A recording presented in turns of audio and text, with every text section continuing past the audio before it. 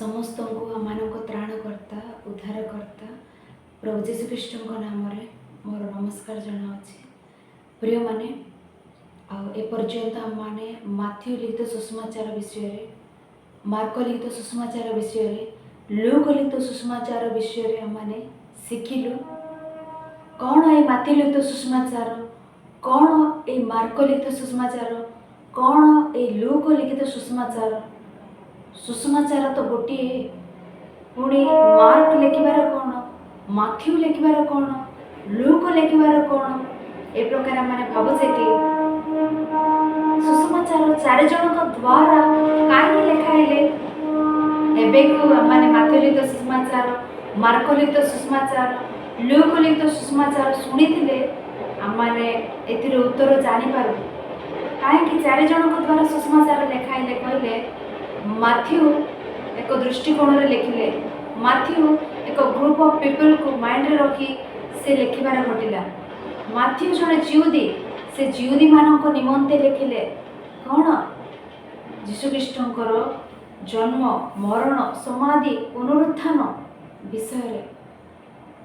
जीशुंकर जन्म मरण समाधि पुनरुत्थान होइतिला, तथापि से माने भाववादी मानकर भाववाणी को धरी ईश्वर को वाक्य को अन्यार्थ करे मसीह को निमंत अपेक्षा रे। एणु से माथ्यू कहले कौन, तुम्हें जहाँकर अपेक्षा अच्छ, जहाँ को तुमने बद्ध कल से ख्रीष्ट से मसीह ही जीशु बोली से स्वीकार कराइले।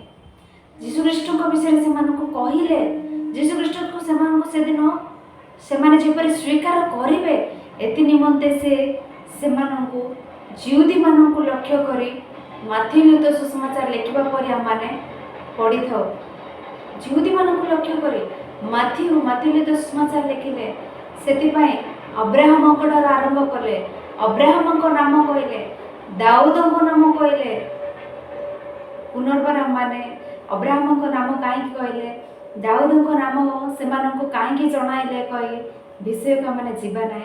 ऑलरेडी आमने माथ्यू लिखित सुसमाचार परिचय शिखी सारी ताहा नेट रे अपलोड होगी। जो मैंने शुणी ना से माने शुणु। से परी मार्क लिखित सुसमाचार क्यों मानू दृष्टि रखी से लिखिले। मार्क जन जिहुदी हेले से विजाति मानू विजाति होइतबा रोमियो मानू लक्ष्य करी से मार्क लिखित सुसमाचार लिखिले। से अब्राहम विषय दाऊद विषय कही ना से मानू, किंतु ईश्वर पुत्र जीशुख्रीष्ट ईश्वर पुत्र आपण माने जानिबार अछि। ईश्वर पुत्र जीशुख्रीष्ट बोली जेपरि विजाति माने जीशु को स्वीकार करेंगे, जीशु को जानवे, से मार्क रोमियो विजाति होइतबा रोमियो मानक निमंते मार्क लिखित सुसमाचार लिखा पर आमने आलोचना कलु शिखिलु मध्य। से प्रकार लूक विषय आमने देखिले। लूक जने वैद्य, लूक जने वैद्य, से लूक जने विजाति विजाति कही आमने लूक लिखित सुसमाचार परिचय शिखिला बेले आलोचना कलु। जने विजाति होई से सुसमाचार लिखिले क्यों मानक निमंते, जने विजाति होई से सुसमाचार क्यों मानक निमंते लिखिले। से लूक लिखित सुसमाचार आमने देखिले। लूक लिखित भाषा से सुसमाचार रे प्रयोग होइतबा पद गुड़िक भाषा लिखित भाषा शैली ए समस्त माने देखिले। ताहा थियोफिल सेठा थियोफिल विजाति मानू जिहुदी मानू उभय को समस्त निमंते से लूक लिखित सुसमाचार लिखा पर आमने आलोचना कलु जानिलु मध्य। कारण आमने जेते बेले जीशुख्रीष्ट को सुनति करबा निमंते मंदिर को आणुथिबे, सेते बेले सिमियन जड़े धार्मिक व्यक्ति, सिमियन मुखर निर्गत वाक्य समस्त निमंते प्रस्तुत करथिबा परित्राण पूर्वर समस्त निमंते प्रस्तुत करथिबा परित्राण बोली कहबे। से परि दूत माने आसी मेष बालक मानक कोन कहबे, समस्त समस्त आनंदजनक सुसमाचार जनावछि। आनंदजनक सुसमाचार लूक लिखित सुसमाचार 2 अध्याय 10 पद 11 पद मैंने पढ़िले। आज दाऊद नगर रे त्राणकर्ता जन्मी अछंती। दूतମାନେ ଆସି କହିବେ ସମସ୍ତଙ୍କ ନିମନ୍ତେ ଆନନ୍ଦଜନକ ସୁସମାଚାର। ଆନନ୍ଦଜନକ ସୁସମାଚାର। ଲୁକ ଲିଖିତ ସୁସମାଚାର ଆନନ୍ଦଜନକ ସୁସମାଚାର। ସେଥିପାଇଁ ଅଧିକାଂଶ ଲୋକ କୁହନ୍ତି ଲୁକ ଲିଖିତ ସୁସମାଚାର ଆନନ୍ଦଜନକ ସୁସମାଚାର କହେ। ଆରମ୍ଭ ହେଲା ଆନନ୍ଦଜନକ ବିଷୟରେ, ଶେଷ ମଧ୍ୟ ହେଲା ଲୁକ ଲିଖିତ ସୁସମାଚାର 26 ଅଧ୍ୟାୟ 52 ପଦରେ। ଶିଷ୍ୟମାନେ ମହା ଆନନ୍ଦରେ ଜେରୁସାଲେମକୁ ବାହୁଡ଼ି ଗଲେ। ମାନେ ଆରମ୍ଭ ଆନନ୍ଦଜନକ ବିଷୟରେ, ଶେଷ ମଧ୍ୟ ଆନନ୍ଦଜନକ। ତେଣୁ ଲୁକ ଲିଖିତ ସୁସମାଚାର ଆନନ୍ଦଜନକ ସୁସମାଚାର। ଆହୁରି ଲୁକ ଲିଖିତ ସୁସମାଚାର ଆମେ ଦେଖିଲୁ ଆଉ ଅନ୍ୟ ସୁସମାଚାରରେ ଲିଖିତ ହୋଇନଥିବା ଅନେକ ବିଷୟ ଗୁଡ଼ିକ ଲୁକ ଲିଖିତ ସୁସମାଚାର ଆମେ ଦେଖିଲୁ। ମହାନ ରୂପେ ଥିଲା ଲୁକ ଲିଖିତ ସୁସମାଚାର। ଆଜି ଆମମାନଙ୍କ ସମ୍ମୁଖରେ ଯୋହନ ଲିଖିତ ସୁସମାଚାର ଅଛି। ପ୍ରିୟମାନେ ଧ୍ୟାନ ସହକାରେ ଶୁଣୁ, ଜାଗ୍ରତ ସହକାରେ ଶୁଣୁ। ଆମମାନଙ୍କ ସମ୍ମୁଖରେ ଯୋହନ ଲିଖିତ ସୁସମାଚାର ଅଛି। ଯୋହନ ଲିଖିତ ସୁସମାଚାର। ଏକ ଯୋହନ ଲିଖିତ ସୁସମାଚାରର ଲେଖକ କିଏ କହିଲା ମାନେ ସାଙ୍ଗେ ସାଙ୍ଗେ କହିଥାଉ କ'ଣ କହେ? ଯୋହନ କହେ। ସମସ୍ତେ କୁହନ୍ତି ମାର୍କ ଲିଖିତ, ମାଥ୍ୟୁ ଲିଖିତ, ଲୁକ ଲିଖିତ। ଦେଖି ମାର୍କ ଲିଖିତ ମାର୍କ ଲେଖକ, ଲୁକ ଲିଖିତ ଲୁକ, ମାଥ୍ୟୁ ଲିଖିତ ସୁସମାଚାର ମାଥ୍ୟୁ ଲେଖିଲେ। ଯୋହନ ଲିଖିତ ଉପରେ ଲେଖା ହେଇଛି ଯୋହନ। ତେଣୁ ଯୋହନ ଲିଖିତ ଯୋହନ ହିଁ ଲେଖିଲେ ବୋଲି ସୁସମାଚାର କହିଥାଉ। କିନ୍ତୁ ଥରେ ଅନୁସନ୍ଧାନ କଲେ, ଥରେ ରିସର୍ଚ୍ଚ କଲେ ଯୋହନ ଲିଖିତ ସୁସମାଚାର ଯୋହନ ହିଁ ଲେଖିଲେ କହି ପ୍ରମାଣ କ'ଣ? ଯୋହନ ଲିଖିତ ସୁସମାଚାର ଯୋହନ ହିଁ ଲେଖିଲେ କହି ପ୍ରମାଣ କ'ଣ କହି ଅନ୍ୟ କେହି ଆସି ଆମମାନଙ୍କୁ ପ୍ରଶ୍ନ କଲେ ଆମେ କ'ଣ ଉତ୍ତର ଦେବା? ଚିନ୍ତା କରନ୍ତୁ। ଥରେ ଆପଣଙ୍କୁ ପ୍ରଶ୍ନ କରୁ, ଅନ୍ୟ କେହି ଆସି ପଚାରେ ଯୋହନ ଲିଖିତ ସୁସମାଚାର ଯୋହନ ଲେଖିଲେ କହି କାରଣ କ'ଣ? କ'ଣ ପ୍ରମାଣ ଦେଖାଇ ପାରିବା? ଏଇଠି ନାଁ ଅଛି ଉପରେ ବୋଲି କହିବା କି? ସହଜରେ ତାହା କହିଦେଇଥାଉ ସେ ପ୍ରକାର କହିବା କି? ନାହିଁ ପ୍ରିୟମାନେ, ରିସର୍ଚ୍ଚ କରିବାର ଅଛି। ଏ ଯୋହନ ଲିଖିତ ସୁସମାଚାରରେ ଲେଖାଯାଇଥିବା ବିଷୟ ଗୁଡ଼ିକ, ଲିଖିତ ଶୈଳୀ, ଲିଖିତ ପଦ, ଲିଖିତ ଭାଷା ଏ ସମସ୍ତ ମାନେ ଅନୁସନ୍ଧାନ କଲେ ତଦ୍ୱାରା ମାନେ ଜାଣିଥାଉ ଯୋହନ ହିଁ ଲେଖିଲେ କି? ଯୋହନ ହିଁ ଲେଖିଲେ କି? ଏହା ବିଷୟ ଜାଣିବା ପୂର୍ବରୁ ଏ ଯୋହନ ଜଣେ ଜିହୁଦୀ ଅଟନ୍ତି କି? ଯୋହନ ଜଣେ ଜିହୁଦୀ କି କହି ବିଷୟ ମାନେ ପ୍ରଥମେ ଜାଣିବା। ଲୁକଙ୍କ ବିଷୟରେ ଆମେ ଆଲୋଚନା କଲାବେଳେ ଲୁକ ଜଣେ ବିଜାତି କହି ଆମେ ବାକ୍ୟକୁ ଧରି ଆଲୋଚନା କଲୁ। ସେ ପ୍ରକାର ଯୋହନ ସତରେ ସେ ଜଣେ ଜିହୁଦୀ ଅଟନ୍ତି କି? ପ୍ରଥମେ ସେ ଜିହୁଦୀ କହି ଆମେ ଆଲୋଚନା କଲେ ଶେଷରେ ମାନେ ଜାଣିପାରୁ ଯୋହନ ହିଁ ଯୋହନ ଲିଖିତ ସୁସମାଚାର ଲେଖିଲେ କହି। ତେଣୁ ଯୋହନ ଜଣେ ବିଜାତି କି? ଯୋହନ ଲିଖିତ ସୁସମାଚାର ଲେଖିଥିବା ଯୋହନ କନଫର୍ମ ରୂପେ ଇଏ ଲେଖିଲେ କି? ଆମେ ଦେଖିଲୁ 12 ଜଣ ଯୀଶୁଖ୍ରୀଷ୍ଟଙ୍କର 12 ଜଣ ଶିଷ୍ୟମାନଙ୍କ ମଧ୍ୟରେ ଯୋହନ ଜଣେ ଅଛନ୍ତି।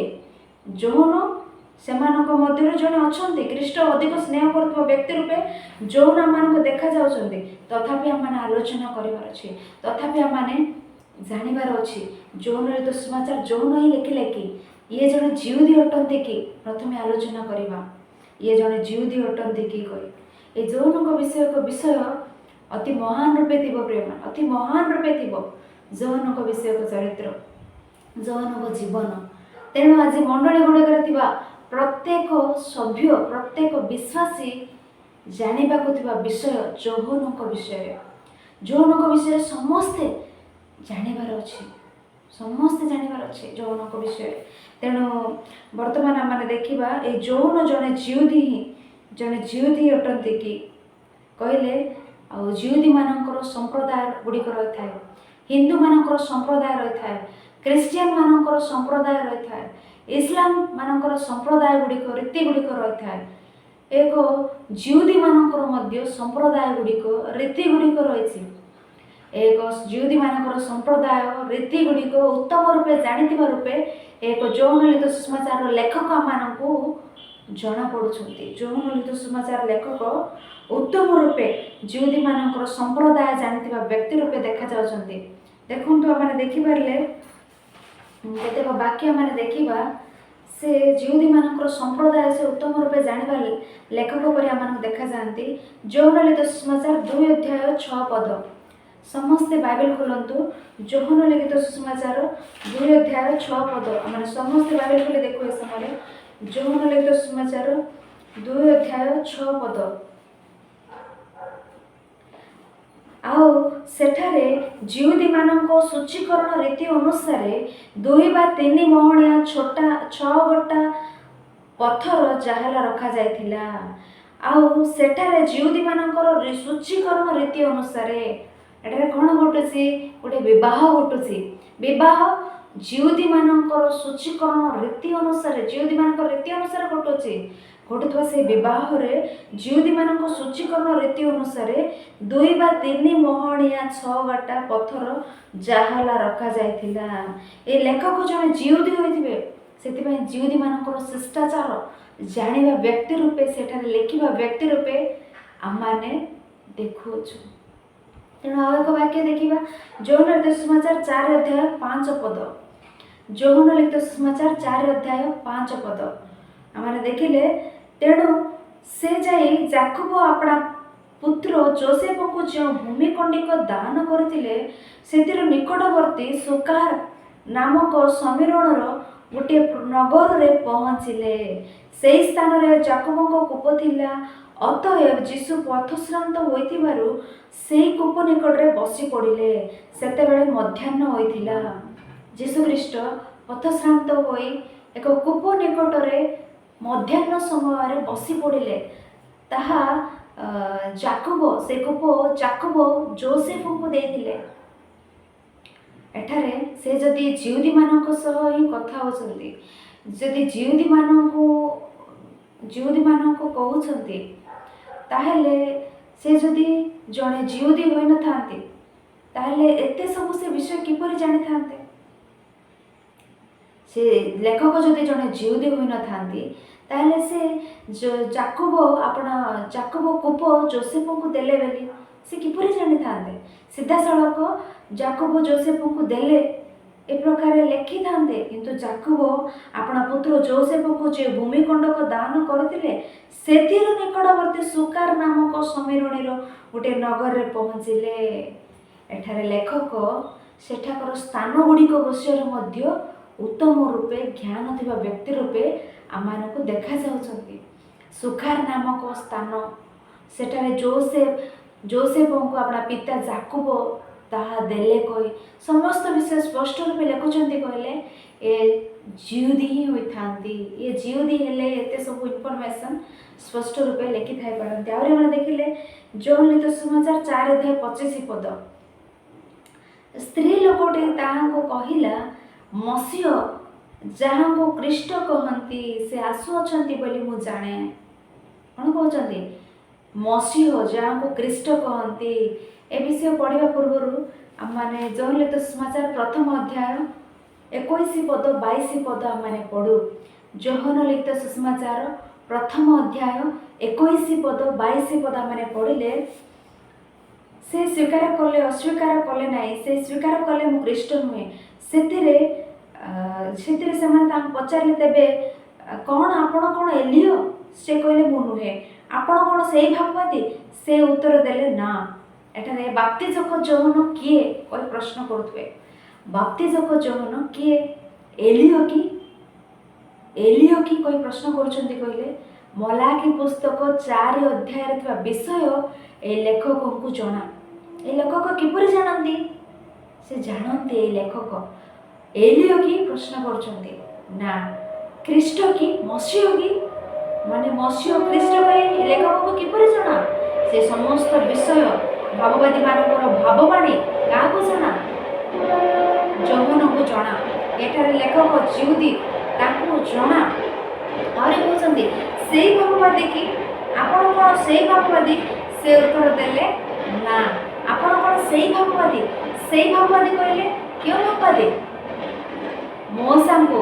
ମଉସାଙ୍କୁ କିଣାନ୍ ଦେଶକୁ ଆଣିବା ପୂର୍ବେ, ମଉସା କିଣାନ୍ ଦେଶକୁ ଆସିବା ପୂର୍ବେ ଈଶ୍ୱର ମଉସାଙ୍କୁ ଭାବବାଣୀ କହିବେ। କ'ଣ? ଭବିଷ୍ୟତ ବିଷୟକ ଭାବବାଣୀ କ'ଣ? ତୁମ ସଦୃଶ ଏକ ଭାବବାଦୀ ଉତ୍ପନ୍ନ କରିବା। ମୋ ସଦୃଶ ଏକ ଭାବବାଦୀ ତୁମମାନଙ୍କ ମଧ୍ୟରୁ ଉତ୍ପନ୍ନ ହେବେ। କେଉଁ ସ୍ଥାନରେ ତାହା ଦେଖାଯାଏ? ପ୍ରେରିତମାନଙ୍କ କାର୍ଯ୍ୟ ବିବରଣୀ 3 ଅଧ୍ୟାୟ 23 ପଦ 22 ପଦ। ସେ ପ୍ରକାର ଦ୍ୱିତୀୟ ବିବରଣୀ ପୁସ୍ତକ 18 ଅଧ୍ୟାୟ 18 ପଦରେ ମାନେ ଏକ ଯୋହନ ଲିଖିତ ସୁସମାଚାର ଲେଖକ ଜଣେ ଜିହୁଦୀ ଅଟନ୍ତି। କାରଣ ସେ ବ୍ୟବସ୍ଥାର ଭାବବାଣୀ ସବୁ ସେ ଜାଣନ୍ତି। ଆହୁରି ଭୌଗୋଳିକ ସ୍ଥାନ ଗୁଡ଼ିକ ସେ ଜାଣନ୍ତି। ସୁକାର ନାମକ ସ୍ଥାନ, ତାହା ସେଇ ସ୍ଥାନରେ ସେ କୂପ ବିଷୟରେ ଉନି ସେ ସ୍ଥାନ କିଏ କାହାକୁ ଦେଲେ, ଯାକୋବଙ୍କୁ ଯୋସେଫଙ୍କୁ ଯାକୋବ ଦେଲେ କହି ଏ ସମସ୍ତ ଭୌଗୋଳିକ ବିଷୟ ଗୁଡ଼ିକ ଜାଣିଛନ୍ତି। ଭାବବାଦୀ ମାନେ କହିବା ଭାବବାଣୀ ସବୁ ଜଣା। ଆହୁରି ଜିହୁଦୀମାନଙ୍କର ଶିଷ୍ଟାଚାର, ଜିହୁଦୀମାନଙ୍କର ସମ୍ପ୍ରଦାୟ ସବୁ ଜଣା।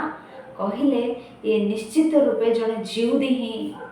ଏକ ଯୋହନ ଲିଖିତ ସୁସମାଚାର ଲେଖକ ଜଣେ ଜିହୁଦୀ ହିଁ। ଜଣେ ଜିହୁଦୀ ନହେଲେ ଏଇଟା ନିଶ୍ଚିତ ରୂପେ ଜିହୁଦୀମାନଙ୍କ ସମ୍ପ୍ରଦାୟ ବିଷୟରେ, ସେଇ ଭୌଗୋଳିକ ସ୍ଥାନ ଗୁଡ଼ିକ ବିଷୟରେ, ଆହୁରି ଭୌଗୋଳିକ ସ୍ଥାନ ଗୁଡ଼ିକ ବିଷୟରେ ଏତେ ନିଶ୍ଚିତ ରୂପେ ସେ ଜେରୁସାଲେମ ପଲଷ୍ଟାଇନ ସେ ଭୂଭାଗ ବିଷୟରେ, ଭାବବାଦୀମାନଙ୍କର ଭାବବାଣୀ ବିଷୟରେ ଏଇଟା ନିଶ୍ଚିତ ରୂପେ କହିପାରିବେ ନାହିଁ।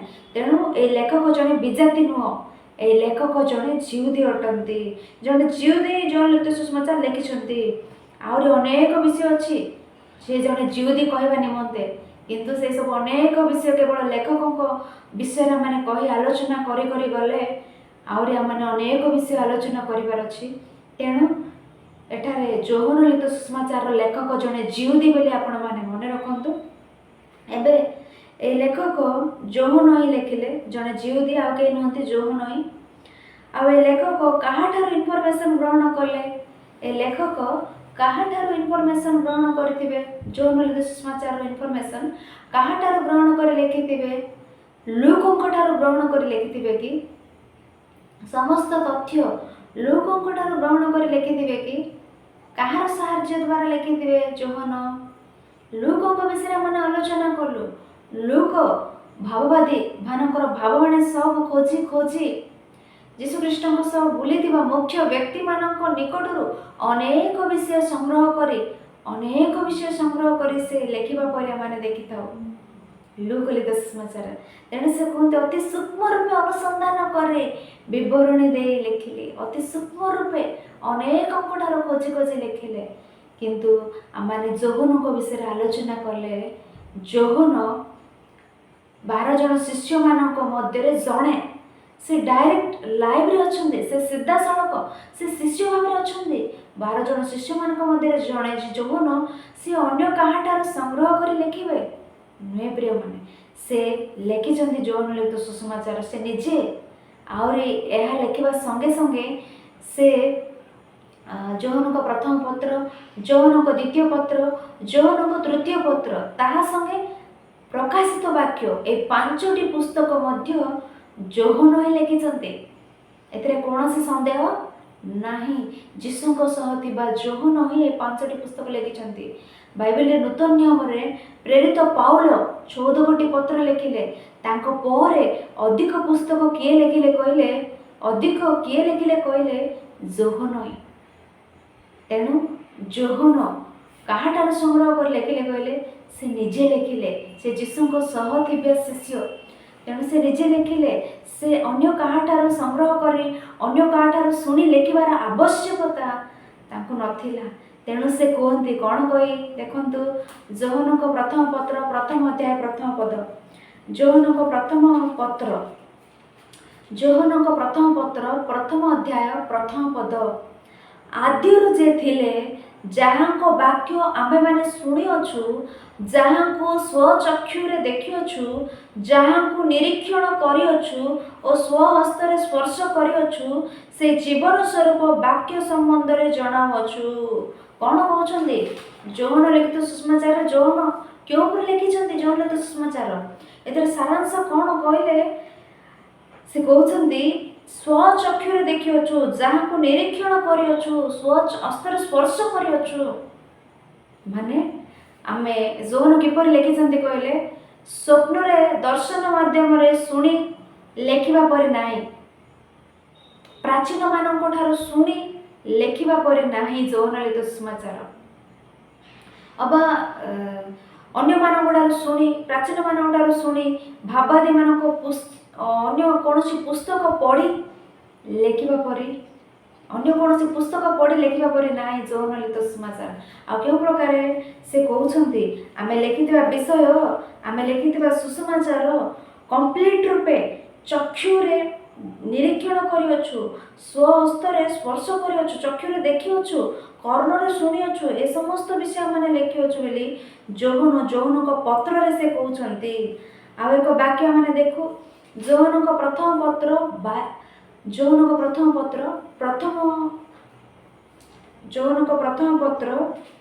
2 ଅଧ୍ୟାୟ 22 ପଦ। ଯୌନଙ୍କ ପ୍ରଥମ ପତ୍ର 2 ଅଧ୍ୟାୟ 22 ପଦ। ଯୀଶୁ ଯେ ଖ୍ରୀଷ୍ଟ ଅଟନ୍ତି ଏହା ଯେ ନାସ୍ତି କରେ ତାହାଠାରୁ ଆଉ ମିଥ୍ୟାବାଦୀ କିଏ? ଯେ ପିତା ଓ ପୁତ୍ରଙ୍କୁ ନାସ୍ତି କରେ ସେ ତ ସେଇ ଖ୍ରୀଷ୍ଟାରେ। ଯୀଶୁ ଯେ ଖ୍ରୀଷ୍ଟ ଅଟନ୍ତି। ଯୌନଲିତ ସମାଚାରରେ କ'ଣ କହୁଛନ୍ତି? ଯୀଶୁ ଯେ ଖ୍ରୀଷ୍ଟ ଅଟନ୍ତି। ଆମେ ପ୍ରଚାର କରୁଥିବା ଖ୍ରୀଷ୍ଟ, ଆମେ ପ୍ରଚାର କରୁଥିବା ଯୀଶୁ, ଆମେ ଲେଖୁଥିବା ଖ୍ରୀଷ୍ଟ, এই ଖ୍ରୀଷ୍ଟଙ୍କୁ ଆମେ ଚକ୍ଷୁରେ ଦେଖିଲୁ, ଆମେ କର୍ଣ୍ଣରେ ଶୁଣିଲୁ, ଆମେ ହସ୍ତରେ ସ୍ପର୍ଶ କଲୁ। ଯୀଶୁଙ୍କୁ ଏତେ ନିକଟତର ଭାବରେ ଥିବା ପରି କହୁଅଛନ୍ତି। ସତରେ ପ୍ରିୟମାନେ, ଯୀଶୁଙ୍କର 12 ଜଣ ଶିଷ୍ୟ ଥିଲେ। ଯୀଶୁଙ୍କର 12 ଜଣ ଶିଷ୍ୟ ଥିଲେ। ଯୀଶୁଙ୍କର ନିକଟତର ଜଣ ଥିଲେ, ତାପରେ 2 ଜଣ, ତାପରେ 9 ଜଣ।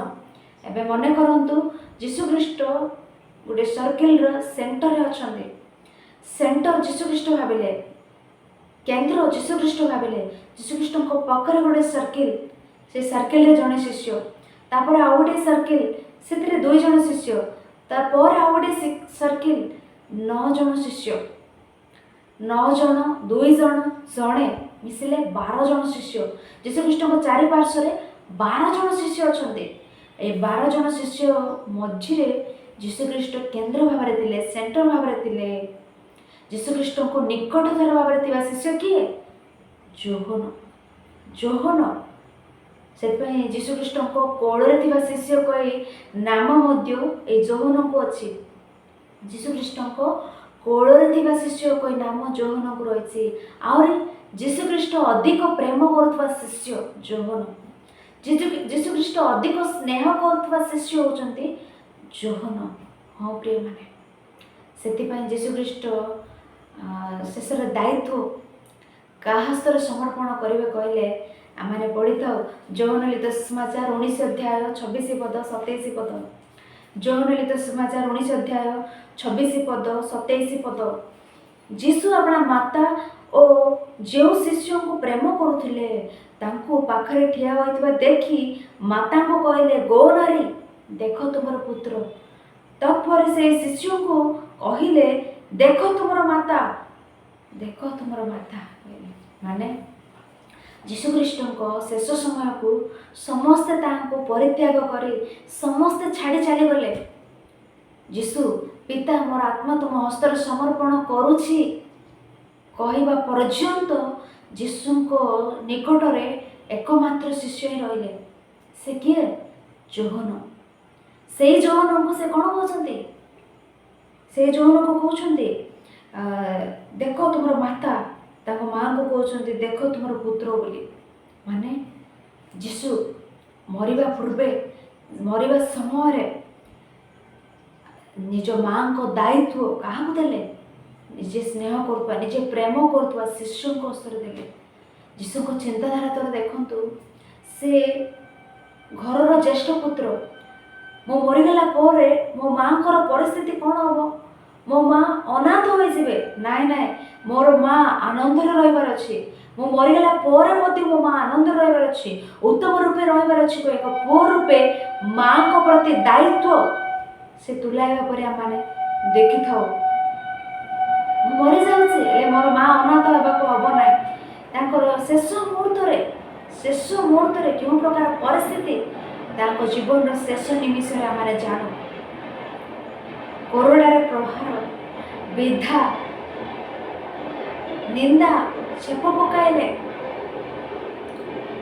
ସାରା ଶରୀରରେ ରକ୍ତମୟ, ସାରା ଶରୀର ରକ୍ତ ଝରି ଯାଉଛି, କଣ୍ଟାର ମୁକୁଟ, ଏ ସମସ୍ତ କଷ୍ଟ ପରିସ୍ଥିତିରେ ମଧ୍ୟ, ସେ ମରିବା ସମୟରେ ମଧ୍ୟ ମୋର ମା ଆନନ୍ଦରେ ରହିବାର ଅଛି। ମରିବା ସମୟରେ ମଧ୍ୟ ଯୀଶୁ ଖ୍ରୀଷ୍ଟ ମୋର ମା ଆନନ୍ଦରେ ରହିବାର ଅଛି କହି ମନେ କଲେ ସେ ଖ୍ରୀଷ୍ଟଙ୍କୁ ଥିବା ଗୁଣ ଆଜି ଖ୍ରୀଷ୍ଟିଆନ ଯେ ଆମମାନଙ୍କଠାରେ ମଧ୍ୟ ସେଇ ଗୁଣ ରହିବାର ଅଛି।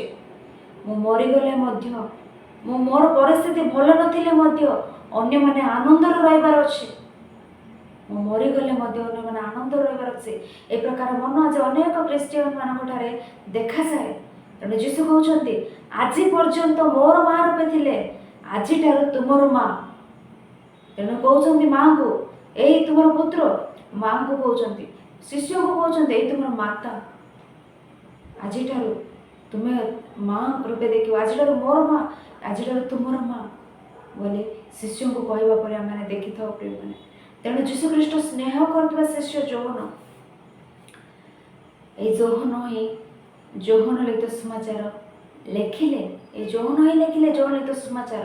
କେବଳ ଯୋହନ ଲିଖିତ ସୁସମାଚାର ନାହିଁ, ଆମେ ଆଲୋଚନା କଲୁ এই ଯୋହନଙ୍କ ପ୍ରଥମ ପତ୍ର, ଯୋହନଙ୍କ ଦ୍ୱିତୀୟ ପତ୍ର, ଯୋହନଙ୍କ ତୃତୀୟ ପତ୍ର ଏବଂ ପ୍ରକାଶିତ ବାକ୍ୟ।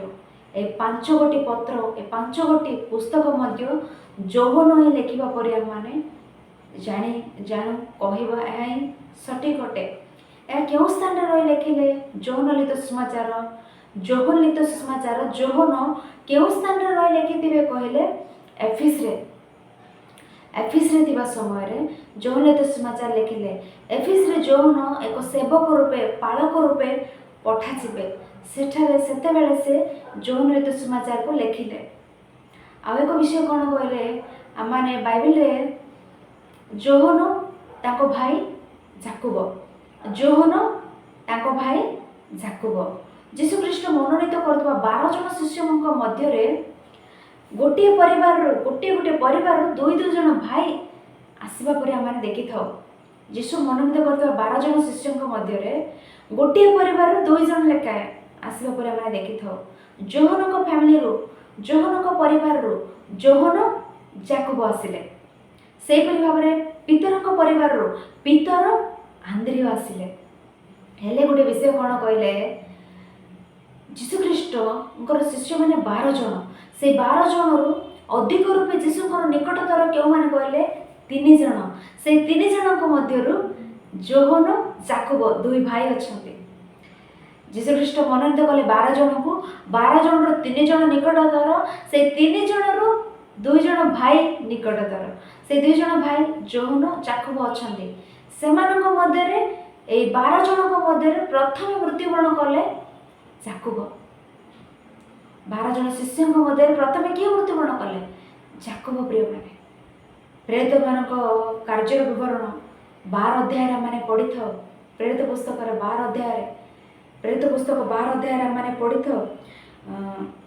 ହେରୋଦ ଖଡ୍ଗରେ ମାରିବେ ଯାକୁବଙ୍କୁ, ହେରୋଦ ଖଡ୍ଗରେ ମାରିବେ ଯାକୁବଙ୍କୁ। ଏ ସମସ୍ତ ବିଷୟ ନିକଟରେ ରହି କିଏ ଦେଖୁଛନ୍ତି? ଯାକୁବଙ୍କ ଭାଇ ଯୋହନ ଦେଖୁଛନ୍ତି। ଯାକୁବଙ୍କ ଭାଇ ଦେଖୁଛନ୍ତି ଯୋହନ। କୌଣସି ମାତ୍ରକେ ଆପଣ ବିଶ୍ୱାସକୁ ବିଚଳିତ ହେଉନାହାନ୍ତି। ଦେଖୁଛନ୍ତି ମୋ ଭାଇକୁ ହେରୋଦ ବଧ କଲେ, ମୋତେ ମଧ୍ୟ ସେ ହିଁ ବଧ କରିବେ। ମୋତେ ବଧ କରିବେ ନାହିଁ କି? ମୋ ଭାଇଙ୍କୁ ବଧ କଲେ ମୋତେ ମଧ୍ୟ ବଧ କରିବେ। ଆଉ କାହିଁକି ବିଶ୍ୱାସରୁ ବିଚଳିତ ହୋଇଯିବା, ବିଶ୍ୱାସରୁ ହଟିଯିବା, ଖ୍ରୀଷ୍ଟଙ୍କୁ ପରିତ୍ୟାଗ କରିବା? ଏ ପ୍ରକାର ମନ ନାହିଁ ତାଙ୍କର। ସେବା କାର୍ଯ୍ୟରେ ଅଗ୍ରସର ହେଲେ। ମୋ ଭାଇଙ୍କୁ ଖଡ୍ଗରେ ବଧ କଲେ, ମୋତେ ମଧ୍ୟ ବଧ କରିବେ, ଏଣୁ ଆଉ କାହିଁକି ଖ୍ରୀଷ୍ଟଙ୍କୁ ପରିତ୍ୟାଗ କରିବା? ମୋର ପରିବାର ଅଛି ନା, ମୋର ପିତାମାତା ଅଛନ୍ତି, ମୋର ସ୍ତ୍ରୀ ଅଛନ୍ତି, ମୋର ପିଲାମାନେ ଅଛନ୍ତି। ଏ ପ୍ରକାର ସେ ଭାବି ନାହାନ୍ତି। ପ୍ରିୟମାନେ, ସେବା କାର୍ଯ୍ୟରେ ଅଗ୍ରସର ହେଲେ। ମୁଁ ନିକଟତର ଭାବରେ ଅଛି ଯୀଶୁଙ୍କର, ତେଣୁ ମୋତେ ବି ସେମାନେ ମାରିବେ, ତେଣୁ ମୁଁ ପଛକୁ ପଳେଇବି। ଏ ପ୍ରକାର ଯୋହନ ଭାବି ନାହାନ୍ତି। ଯୋହନଙ୍କ ଜୀବନ ଅତି ମହାନ ରୂପେ ଆମମାନଙ୍କୁ ଦେଖାଯାଏ। ଆଉ ଏକ ବିଷୟ କ'ଣ କହିଲେ? ଆଉ ଆମେ ଜାଣିଲୁ ପ୍ରଥମେ ମୃତ୍ୟୁବରଣ କଲେ 12 ଜଣଙ୍କ ମଧ୍ୟରୁ ଯାକୁବ, ଶେଷରେ ମୃତ୍ୟୁବରଣ କଲେ ଯୋହନ। ଏ ପ୍ରେରିତ 12 ଜଣଙ୍କ ମଧ୍ୟରୁ ପ୍ରଥମେ ଯାକୁବ ମୃତ୍ୟୁବରଣ କଲେ, ଶେଷରେ ଯୋହନ ମୃତ୍ୟୁବରଣ କଲେ। ଯୋହନଙ୍କୁ ପାତ୍ମ ନାମକ ଦ୍ୱୀପକୁ ରୋମ ଅଧିକାରୀମାନେ ନେବେ। ସେଠାରେ ସେ ପ୍ରକାଶିତ ବାକ୍ୟ ଲେଖିବେ। ତାପରେ ସେ मरबे माने शेष में मरीथिबा शिष्य जोहन ए समस्त विषय आपण माने मन रखतु। आबे मैंने आलोचना कलु कौन सब आलोचना कहलु कहले जीशु को प्रेम करुवा शिष्य विषय जीशु जोहन को केते प्रेम करुँच समस्त विषय मैंने आलोचना कलु हस्तर दायित्व देले माँ दायित्व ए समस्त विषय पर्यंत आलोचना कलु। आउर एक विषय कौन कहले जोहन पत्र लिखिले मु चाक्षुष साक्षी बेली आम चक्षुरे देखिछु कर्णरे शुणिछु हस्तर स्पर्श कलु बेली से कहले बेले आमाने केवल से वाक्य को धरी आम कहवा कि जोहन लिखिले कही जोहन प्रत्यक्ष साक्षी कही चाक्षुष साक्षी कही से गोटे वाक्य को धरी आम कहवा कि अनेक वाक्य अच्छी अनेक संदर्भ अच्छी जोहन चाक्षुष साक्षी कही जोहन पाखरे रही समस्त विषय देखुं कही समस्त विषय लिखुं कही देखा केतक विषय बाइबल रु जोहन लिखित समाचार 2 अध्याय 6 पद जोहन लिखित समाचार 2 अध्याय 6 पद आउ सेठारे जिहुदी मानक सूचीकरण रीति अनुसार 2 बा 3 महणिया 6 गोटा पत्थर जहाल रखा जाइतिला। कौन कहते जिहुदी मानक सूचीकरण रीति अनुसार सेठारे कौन रखा जाइतिला 2 बा 3 महणिया 6 गोटा पत्थर रखा जाइतिला। 2 बा 3 महणिया 6 गोटा पत्थर जहाल रखा जाइतिला। जो लिखित समाचार रे संख्या गुड़िक अंक गुड़िक सठिक रूपे से कहते से चाक्षुष साक्षी चक्षुरे देखी तेणु सीधा सड़क से अच्छा डायरेक्ट रे तेणु से सीधा संख्या गुड़िक हो अंक गुड़िक हो सठिक रूपे से कही पारुछंती। तेणु से कान्हा कहले और कान्हा तांकर स्थान ताहा जोहनकर स्थान कान्हा जीशु ख्रीष्ट प्रथमे आश्चर्य कर्म कले सेठारे जल को द्राक्षारस परिणत कले गालील रे से स्थान। तेणु जोहन चक्षुरे ताहा देखी सेठारे थिबा परि आमानकु जना पड़े जोहन सेठा अच्छी। आउ एक वाक्य मध्य देखुआ माने जोहन लिखित समाचार 6 अध्याय 13 पद सेतिरे सेमाने सेई सब एकाठी कले पुणी लोक मानकर खाइबा परे जबर से 5 रोटी रु जे भंगा खंड गुड़िक बळिथिला सेतिरे सेमाने 12 टोकाई पूर्ण कले। केते टोकाई 12 टोकाई आमे जानो 5टी रोटी माछ 2टी 5 रोटी माछ 2टी बांटिले जीशु ख्रीष्ट अनेक ता भोजन कले सेमानकर संख्या लिखित होई अछि ता संगे संगे से रोटी खंड गुड़िक बळीगला से खंड सब एकत्रित करिबार केते टोकाई हैला 12 गोटी टोकाई हैला। एहा मध्य पाखरे रही देखिबा व्यक्ति रूपे आ जोहन लिखुछंती 12 गोटी टोकाई हैला। तेणु जोहन जड़े जिहुदी होई तांको सह थिबा लोक नंबरिंग सह लिखुछंती कहले जोहन ही लिखिले आ केही नुहे। एहा व्यतीत 2nd सेंचुरी रे आ फेबियु एंड पॉलिकान नामक 2 जन शिष्य थिले से माने बाइबल रे आमान को देखा जानती नाही। फेबियु पॉलिकान नामक जन शिष्य जोहन करथिले से पॉलिकान नामक शिष्य को इरानियम नामक जन आ जन शिष्य थिले से आपण पुस्तक रे गोटे विषय क्लियर रे लिखिले कौन कहले एक जोहन लिखित सुसमाचार लेखक जोहन कही से स्पष्ट भाव लिखिले किंतु से लिखिले कही नुहे किंतु जोहन लिखित सुसमाचार लेखा शैली भाषा संख्या गुड़िक पद ए समस्त देखि आम निर्धारण करिपरिबा कौन कहले जोहन लिखित सुसमाचार लेखक जोहन ही एबे पर्यंत मैंने देखिलु से जने जिहुदी कही से जने जिहुदी ही लिखिले बेली से लेखक जोहन कही देखिलु से चाक्षुष साक्षी कही मध्य आमाने देखिलु आउरी देखिले आमाने से चाक्षुष साक्षी बेली जोहन लिखित सुसमाचार 6 अध्याय 19 पद इति मध्य से माने प्राय 1.5 बा 2 कोस बाही जाई जीशु को समुद्र ऊपर चली नौका निकट को आसवा देखि भीत हेले एमाने समस्ते कौन कले संध्या हो गला सेठर भोजन करे टोकई उठाइले से नौका मध्य रे केते दूर गला परे जीशु को पानी ऊपर आस्तबार देखिले केते दूर एमाने नौका रे बसी केते दूर गला परे पानी ऊपर जीशु को चली आसीबार देखिले केते दूर कहले एटा कहउछंती 1.5 बा 2 कोस बाही जाई जीशु को समुद्र ऊपर चली नौका निकट को आस्तबार देखि भीत हेले सठिक रूपे लिखुछंती 1.5 बा 2 कोस से माने जाउछंती तापर जीशुख्रीष्ट पानी उपर आसबार माने देखुचंती बेली।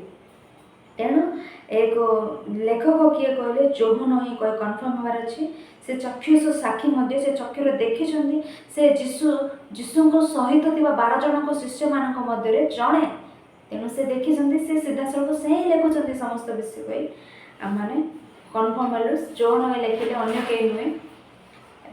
एबे पर्यंत आम देखिलु प्रथम विषय जिहुदी मान मध्य ही जड़े लिखिले कही से जड़े आ कहीं नुहति जोहन ही लिखिले कही से जोहन ही चाक्षुष साक्षी। प्रथमे जिहुदी लिखिले कही से ही जोहन कही। तृतीयटी से चक्षुष साक्षी आखिरे देखि विषय से लिखिं। चतुर्थटी कहार निमंते लिखिले क्यों मानक निमंते लिखिले। माथ्यू सुसमाचार पाठ कला बेले माथ्यू क्यों मानक निमंते लिखिले जिहुदी मानक निमंते लिखिले। से जने जिहुदी होई जिहुदी मानक निमंते लिखिले।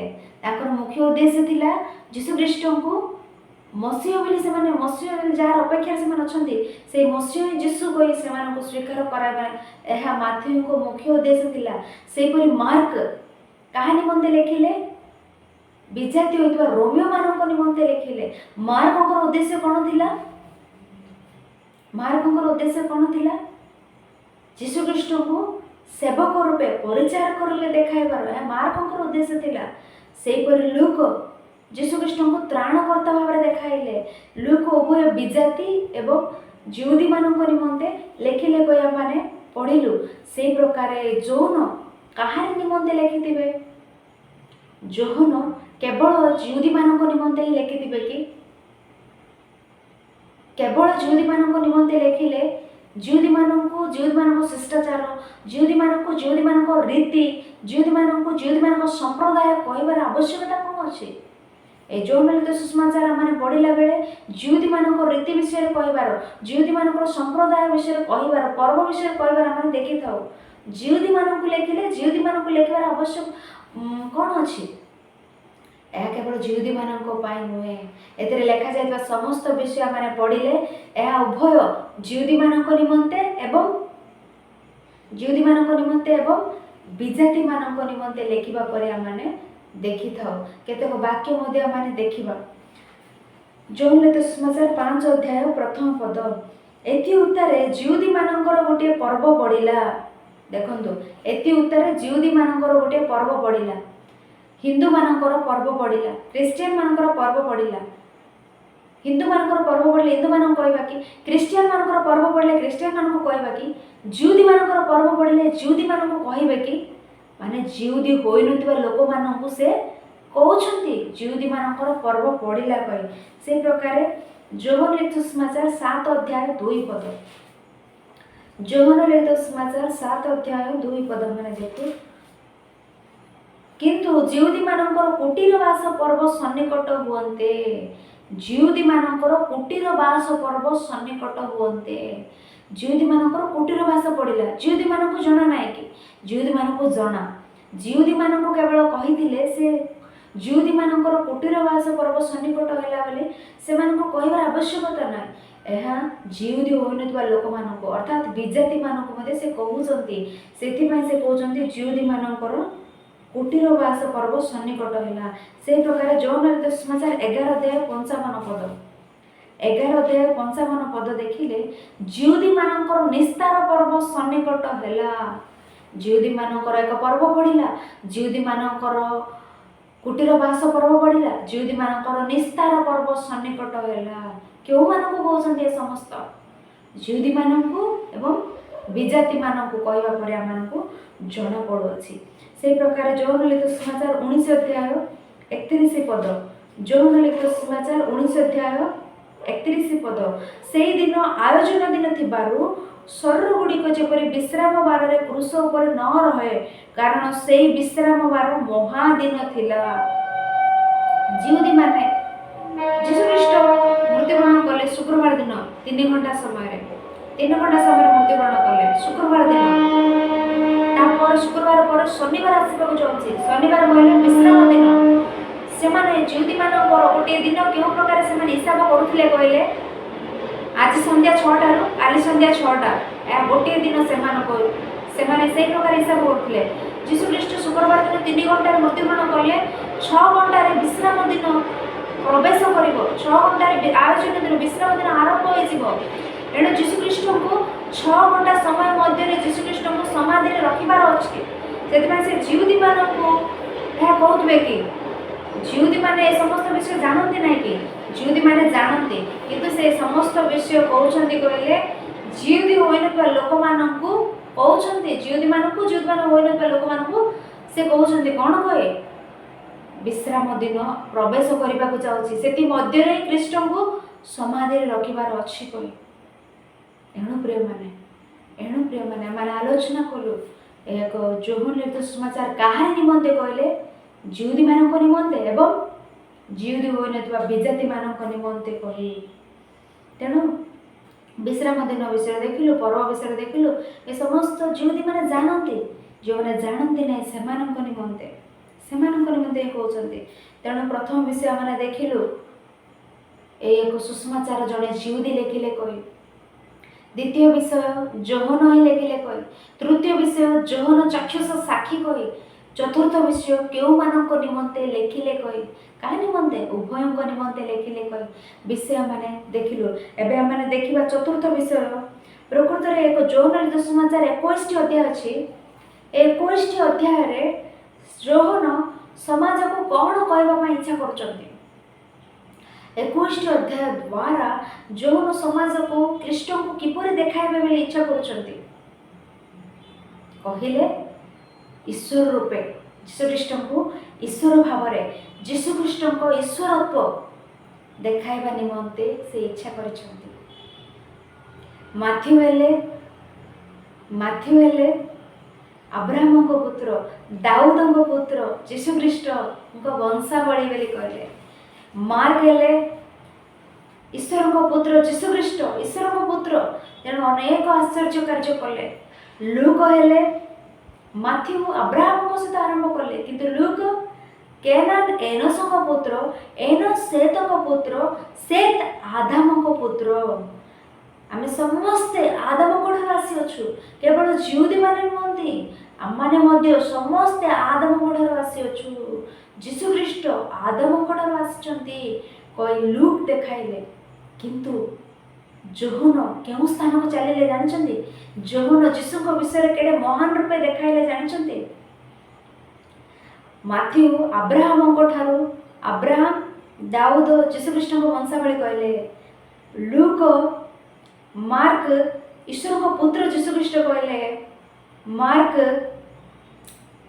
लूक आदाम गुड़ार में समस्ते आसिल आदाम गुड़ार जीशु आसिले बोली कहले जोहन मात्र केउ स्थान को गले जान जीशु को केउ प्रकार परिचित कले जानते जोहन लिखित समाचार प्रथम अध्याय प्रथम पद जोहन लिखित समाचार प्रथम अध्याय प्रथम पद आद्य वाक्य थिले वाक्य ईश्वर को संगर थिले सेई वाक्य ईश्वर थिले आद्य वाक्य थिले वाक्य ईश्वर को संगर थिले सेई वाक्य ईश्वर थिले आउरी कौन कहते जानते जोहन लिखित समाचार 3 अध्याय 13 पद जीशुख्रीष्ट को ईश्वरत्व जीशु ईश्वर कही देखाइबा निमंते प्रयास कले जोहन आउ जो मनुष्य पुत्र स्वर्गर अवतरण कले ताहाक बिना आउ केही स्वर्गारोहण करे नाही जीशुख्रीष्ट केउ स्थान लोक केउ स्थान आसिले स्वर्गर आसिले कहा पाई आसिले तुम पाई आसिले मो पाई आसिले आपण मानक पाई आसिले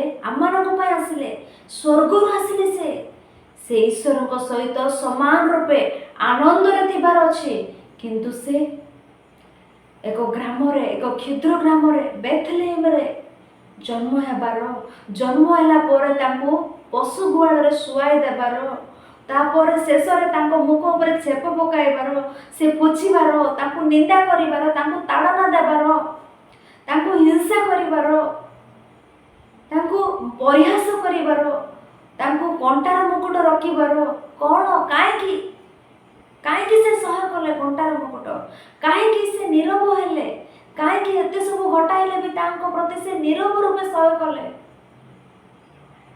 काईकी से जीशु को आनंद रे स्वर्ग रे ईश्वर को सहित समान रूपे रहिबार अछि से पृथ्वी ऊपर को आमरे शरीर धारण करि आसिले ତାଙ୍କ ପ୍ରତି ସମସ୍ତ ବିଷୟ ଘଟାଇଲେ, ଶେଷରେ ତାଙ୍କୁ କ୍ରୁଶାର୍ପିତ କଲେ। କାହିଁକି?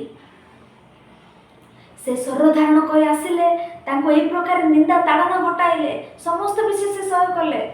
ସେ ସ୍ୱର୍ଗରେ ଏବେ ଅଛନ୍ତି ଆତ୍ମା ରୂପେ, ଏବେକୁ ସେ ସହନ କରୁଛନ୍ତି। ତାଙ୍କର ଈଶ୍ୱରତ୍ୱ ଦେଖ,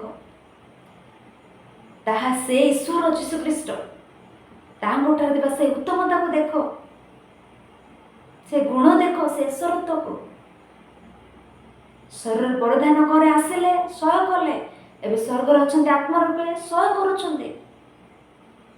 ଅନେକ ଭାବନ୍ତି ଯୀଶୁଖ୍ରୀଷ୍ଟଙ୍କୁ ଦେଖି, ଯୀଶୁଖ୍ରୀଷ୍ଟଙ୍କ ବିଷୟରେ ଶୁଣି, ଶରୀର ପରିଧାନ କରି ଆସିବାର ଦେଖି 2000 ବର୍ଷ ତଳେ ପୃଥିବୀ ଉପରକୁ ଆସିଲେ, ସାଧାରଣ ବ୍ୟକ୍ତି ଭାବରେ କଥା ହେଇଯାଉଛନ୍ତି ଯୀଶୁଙ୍କୁ। 2000 ବର୍ଷ ତଳେ ଯୀଶୁ ଆସିଲେ ବୋଲି, କିନ୍ତୁ ଯୌନ କ'ଣ କହୁଛନ୍ତି?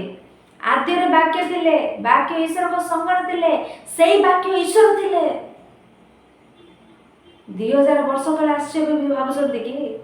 ଆଦ୍ୟରେ ଥିଲେ। এই ସୃଷ୍ଟି ଜନ୍ମ ହେଲା କେତେ ବର୍ଷ ହେଲା କହିଲେ ହିସାବ କରିପାରୁନାହାନ୍ତି,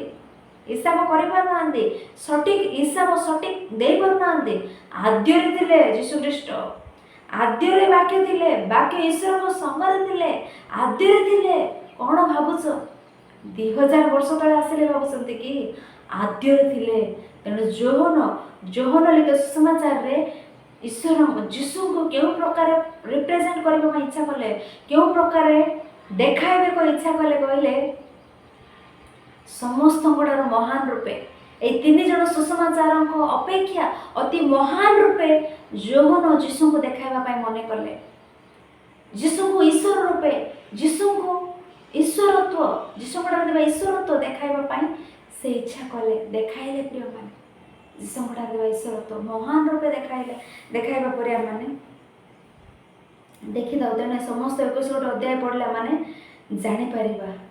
21 ଅଧ୍ୟାୟ ପଢ଼ିବ କହିବାରୁ ଆପଣମାନେ ଭାବୁଛନ୍ତି କି ଆହୁରି 21 ଅଧ୍ୟାୟ, ପ୍ରଥମ ଅଧ୍ୟାୟରେ ଏବେ ଆରମ୍ଭ କଲେ, ଆହୁରି 21 ଅଧ୍ୟାୟ କଲେ କେତେ ସମୟ କହିବେ, ଆମେ କେତେ ସମୟ ଶୁଣିବୁ କହି ଭାବୁଛନ୍ତି କି?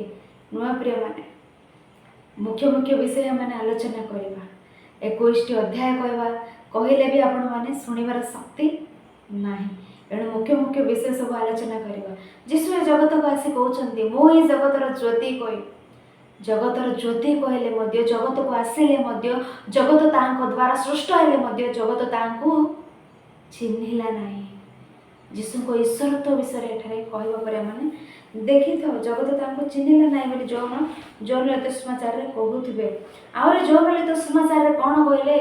ଯୀଶୁଖ୍ରୀଷ୍ଟ ମୁଁ ହିଁ କହୁଥିବେ, ମୁଁ ହିଁ ଆପଣା ବିଷୟରେ କହିବାର এই ଯୌନ ଲିଖିତ ସୁସମାଚାର ମାନେ ଦେଖିଥାଉ। এই ଏକ ବିଷୟ ଗୁଡ଼ିକ ଆମେ ଦେଖିଲା ବେଳେ ପୁରାତନ ନିୟମ ମନେ ପଡ଼େ। ପୁରାତନ ନିୟମରେ ଈଶ୍ୱର କ'ଣ କୁହନ୍ତି? ଆମ୍ଭେ ହିଁ, ଆମ୍ଭ ଛଡ଼ା ଅନ୍ୟ କୌଣସି ଦେବତା ତୁମମାନଙ୍କର ନ ହେଉ, ଆମ୍ଭେ ଅଛୁ, ଆମ୍ଭେ ସ୍ୱୟଂଭୂ, ଆମ୍ଭେ ଅଛୁ। ଈଶ୍ୱର ଆପଣା ବିଷୟରେ କହୁଥିବେ। ସେହିପରି ଯୀଶୁଖ୍ରୀଷ୍ଟ ମୁଁ ହିଁ କହୁଥିବେ। ଯୀଶୁଖ୍ରୀଷ୍ଟ କହିଲା ବେଳେ ଆମମାନଙ୍କୁ ଈଶ୍ୱର ହିଁ ମନେ ପଡ଼ନ୍ତି। ମୁଁ ହିଁ କହୁଥିବେ।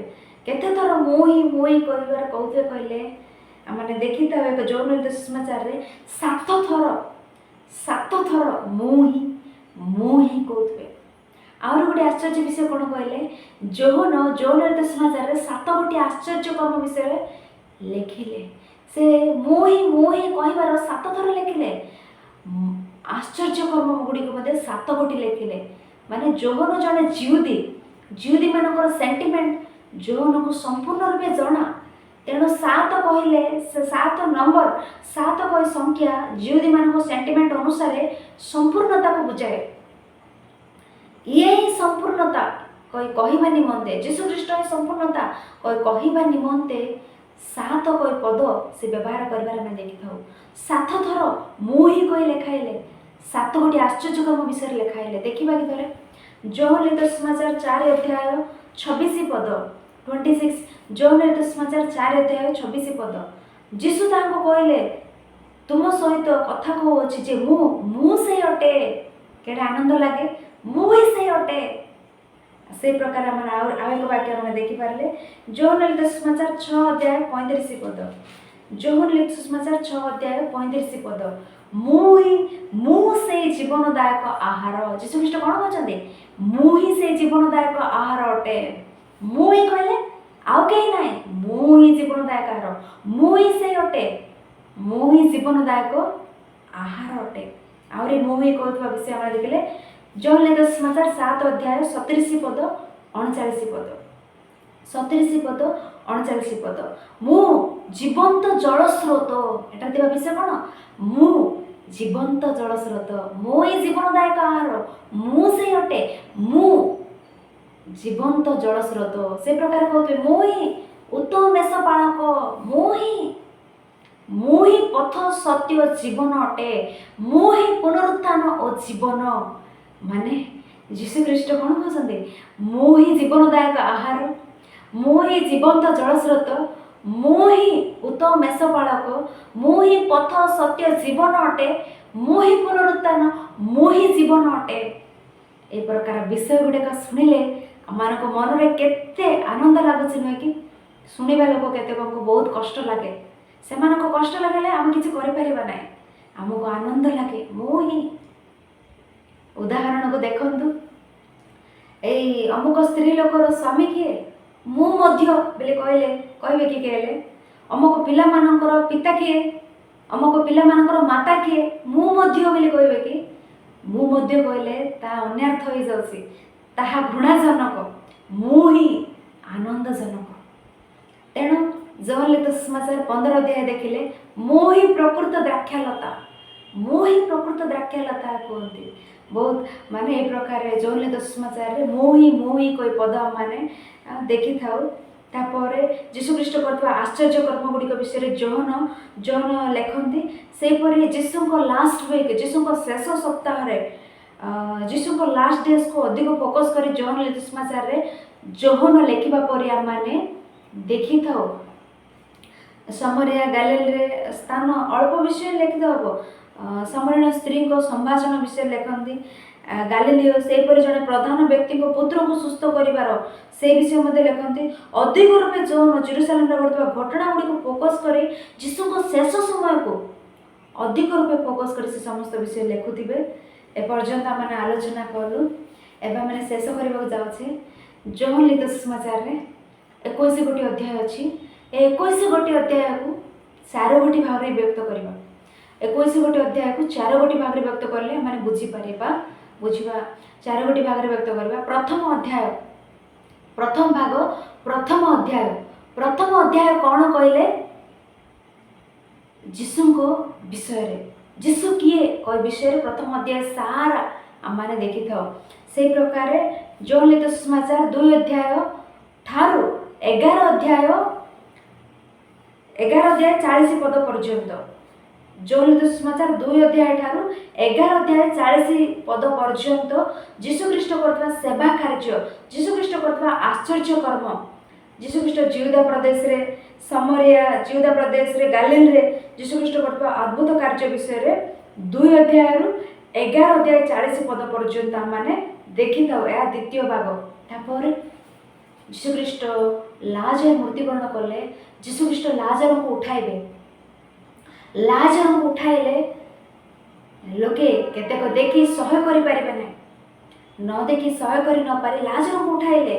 ଏ ଲାଜର ହିଁ ସାକ୍ଷ୍ୟ ହୋଇଯିବେ ଯୀଶୁ ଉଠାଇଲେ କହି। ତେଣୁ ଲାଜରଙ୍କୁ ବଧ କରିବାର ଯୋଜନା କରିବେ। ଲାଜର କ'ଣ କଲେ? ଲାଜରଙ୍କୁ ବଧ କରିବାର ନ୍ୟାୟ କି? ଲାଜରଙ୍କୁ ମାରିଦେଲେ ସାକ୍ଷ୍ୟ ହିଁ ରହିବ ନାହିଁ। ଯୀଶୁଙ୍କୁ ମଧ୍ୟ ମାରିଦେବା, ଲାଜରଙ୍କୁ ଯୀଶୁଙ୍କୁ ଉଭୟ ମାରିବା ପାଇଁ ଯୋଜନା କରିବେ। କେଡ଼େ ଭୟଙ୍କର ଦେଖ। ସେହି ପ୍ରକାର ଆମେ ତୃତୀୟ ଭାଗ ଦେଖିଲେ 11 ଅଧ୍ୟାୟ 45 ପଦ ଠାରୁ 19 ଅଧ୍ୟାୟ 42 ପଦ ପର୍ଯ୍ୟନ୍ତ। ଜନ୍ ଲିଖିତ 11 ଅଧ୍ୟାୟ 45 ପଦ ଠାରୁ 19 ଅଧ୍ୟାୟ 42 ପର୍ଯ୍ୟନ୍ତ ତୃତୀୟ ଭାଗ। ଏ ତୃତୀୟ ଭାଗରେ କ'ଣ ଲିଖିତ ହୋଇଛି କହିଲେ? ଖ୍ରୀଷ୍ଟଙ୍କ ଜୀବନରେ ଶେଷ ଦିନ ଗୁଡ଼ିକ, ଖ୍ରୀଷ୍ଟଙ୍କ ଜୀବନର ଶେଷ ଦିନ ଗୁଡ଼ିକ, last days of Jesus Christ. କ'ଣ ହେବ? ଖ୍ରୀଷ୍ଟଙ୍କୁ ସମର୍ପଣ କଲେ, ଖ୍ରୀଷ୍ଟ ମୃତ୍ୟୁବରଣ କରିବେ। 20 ଅଧ୍ୟାୟରେ ଖ୍ରୀଷ୍ଟ ପୁନରୁତ୍ଥିତ ହେବେ। ଚତୁର୍ଥ ଭାଗ 21 ଅଧ୍ୟାୟରେ କ'ଣ? ପିତର ଯୌନଙ୍କ ବିଷୟରେ ଯୀଶୁଙ୍କୁ ପ୍ରଶ୍ନ କରୁଥିବେ। ପିତର ଯୌନଙ୍କ ବିଷୟରେ ଯୀଶୁଙ୍କୁ ପ୍ରଶ୍ନ କରୁଥିବାର 21 ଅଧ୍ୟାୟରେ ଆମେ ଦେଖିଥାଉ। 21 ଅଧ୍ୟାୟ ହେଉଛି ଚତୁର୍ଥ ଭାଗ। ଶେଷ କଥା, ଯୌନ ଯୀଶୁଙ୍କୁ ଈଶ୍ୱରଙ୍କ ପୁତ୍ର କହିବା ପରେ ଶେଷରେ ଆମେ ଦେଖିକି ଶେଷ କରିବା ତାଙ୍କର ପ୍ରୟାସ ସବୁ ତାହା ହିଁ ଯୀଶୁଖ୍ରୀଷ୍ଟ ଈଶ୍ୱର ଯୀଶୁଙ୍କ ଈଶ୍ୱରତ୍ଵ ପ୍ରକାଶ କରିବାର ହିଁ ସେ ବିଷୟରେ କହିବାର ହିଁ ଯୌବନଙ୍କ ପ୍ରୟାସ। ତାହା ମାନେ ଦେଖିଲେ ଯୌନ ସୁସମାଚାର 20 ଅଧ୍ୟାୟ 30 ପଦ 31 ପଦ। ଯୀଶୁ ଶିଷ୍ୟମାନଙ୍କ ସାକ୍ଷାତରେ ଏପରି ଅନେକ ବିଭିନ୍ନ ପ୍ରକାର ଆଶ୍ଚର୍ଯ୍ୟ କର୍ମ ସାଧନ କଲେ ସେହି ସବୁ ଏ ପୁସ୍ତକରେ ଲେଖା ହୋଇନାହିଁ। କିନ୍ତୁ ତୁମମାନେ ଯେପରି ବିଶ୍ୱାସ କର ଯେ ଯୀଶୁ ଈଶ୍ୱରଙ୍କ ପୁତ୍ର ଖ୍ରୀଷ୍ଟ ଅଟନ୍ତି ପୁଣି ବିଶ୍ୱାସ କରି ଯେପରି ତୁମମାନେ ତାଙ୍କ ନାମରେ ଜୀବନ ପ୍ରାପ୍ତ ହୁଅ ଏଥି ନିମନ୍ତେ ସମସ୍ତେ ଲେଖାଯାଇଅଛି। ଯୀଶୁ ଈଶ୍ୱରଙ୍କ ପୁତ୍ର ଖ୍ରୀଷ୍ଟ ଅଟନ୍ତି। ଯୀଶୁ ଈଶ୍ୱରଙ୍କ ପୁତ୍ର ଖ୍ରୀଷ୍ଟ ଅଟନ୍ତି। ସେ ହିଁ ତାଙ୍କର ପ୍ରୟାସ ଆଉ ତାଙ୍କ ପ୍ରୟାସ ସଫଳ ହେଲା ପ୍ରିୟମାନେ। ଯୀଶୁ ଈଶ୍ୱରଙ୍କ ପୁତ୍ର ବୋଲି ଯୀଶୁଙ୍କୁ ସମସ୍ତେ ବିଶ୍ୱାସ କରନ୍ତି କିନ୍ତୁ ତାଙ୍କ ଶିଷ୍ୟମାନଙ୍କ ମଧ୍ୟରେ ଜଣେ ଥୋମା ସେ ବିଶ୍ୱାସ କରୁନଥିଲେ। ତେଣୁ ସେ କ'ଣ କହିଲେ ସ୍ପର୍ଶ କଲେ ହିଁ ବିଶ୍ୱାସ କରିବି, ଛୁଇଁଲେ ହିଁ ବିଶ୍ୱାସ କରିବି, ଦେଖିଲେ ହିଁ ବିଶ୍ୱାସ କରିବି କହିବେ। ସେତେବେଳେ ଛୁଇଁବେ ଦେଖିବେ ଆଉ ବିଶ୍ୱାସ କରିବେ। ମାନେ ଏକ ଯୌବନଙ୍କ ପ୍ରୟାସ ଯୀଶୁଖ୍ରୀଷ୍ଟ ଈଶ୍ୱରଙ୍କ ପୁତ୍ର ଖ୍ରୀଷ୍ଟ ଅଟନ୍ତି। ଯୀଶୁ ଈଶ୍ୱରଙ୍କ ପୁତ୍ର ଖ୍ରୀଷ୍ଟ ଅଟନ୍ତି। ଯୀଶୁଖ୍ରୀଷ୍ଟ ଈଶ୍ୱର ଅଟନ୍ତି। এই ବିଷୟ ପ୍ରୟାସ ୟାଙ୍କର ସଫଳ ହେବା ପରେ ଥୋମାଙ୍କ ବିଷୟରେ ଆମମାନେ ଦେଖିଥାଉ। ଯୌନ ସୁସମାଚାର 20 ଅଧ୍ୟାୟ 28 ପଦ। ଥୋମା ତାଙ୍କୁ କହିଲେ ଉତ୍ତର ଦେଲେ ମୋର ପ୍ରଭୁ ମୋହର ଈଶ୍ୱର। କ'ଣ କହିଲେ? ମୋହର ପ୍ରଭୁ ମୋହର ଈଶ୍ୱର। ମାନେ ଯୌନଙ୍କର ପ୍ରୟାସ ସବୁ ଥୋମାଙ୍କ ଦ୍ୱାରା ସଫଳ ହେବା ପରେ ଆମମାନେ ଦେଖୁଅଛୁ। ଥୋମା କହିଲେ ହେ ପ୍ରଭୁ ମୋର ଈଶ୍ୱର। ଯୀଶୁଙ୍କୁ କହିଲେ ହେ ପ୍ରଭୁ ମୋର ଈଶ୍ୱର। ଯୀଶୁଙ୍କୁ ଈଶ୍ୱର ରୂପେ ଦେଖାଇବାର ପ୍ରୟାସ ଯୌବନଙ୍କ ସେବା କାର୍ଯ୍ୟ ଅତି ମହତ୍ ରୂପେ ଅଛି ପ୍ରିୟମାନେ, ଅତି ମହତ୍ ରୂପେ ଅଛି ଯୌବନଙ୍କ ସେବା କାର୍ଯ୍ୟ। ତେଣୁ ଯୌନ ସୁସମାଚାର ପାଠ କରନ୍ତୁ। 21 ଅଧ୍ୟାୟରେ ମହାନ ରୂପେ ଏକ ସୁସମାଚାରକୁ ଲେଖିବାର ଆମେ ଦେଖିଥାଉ।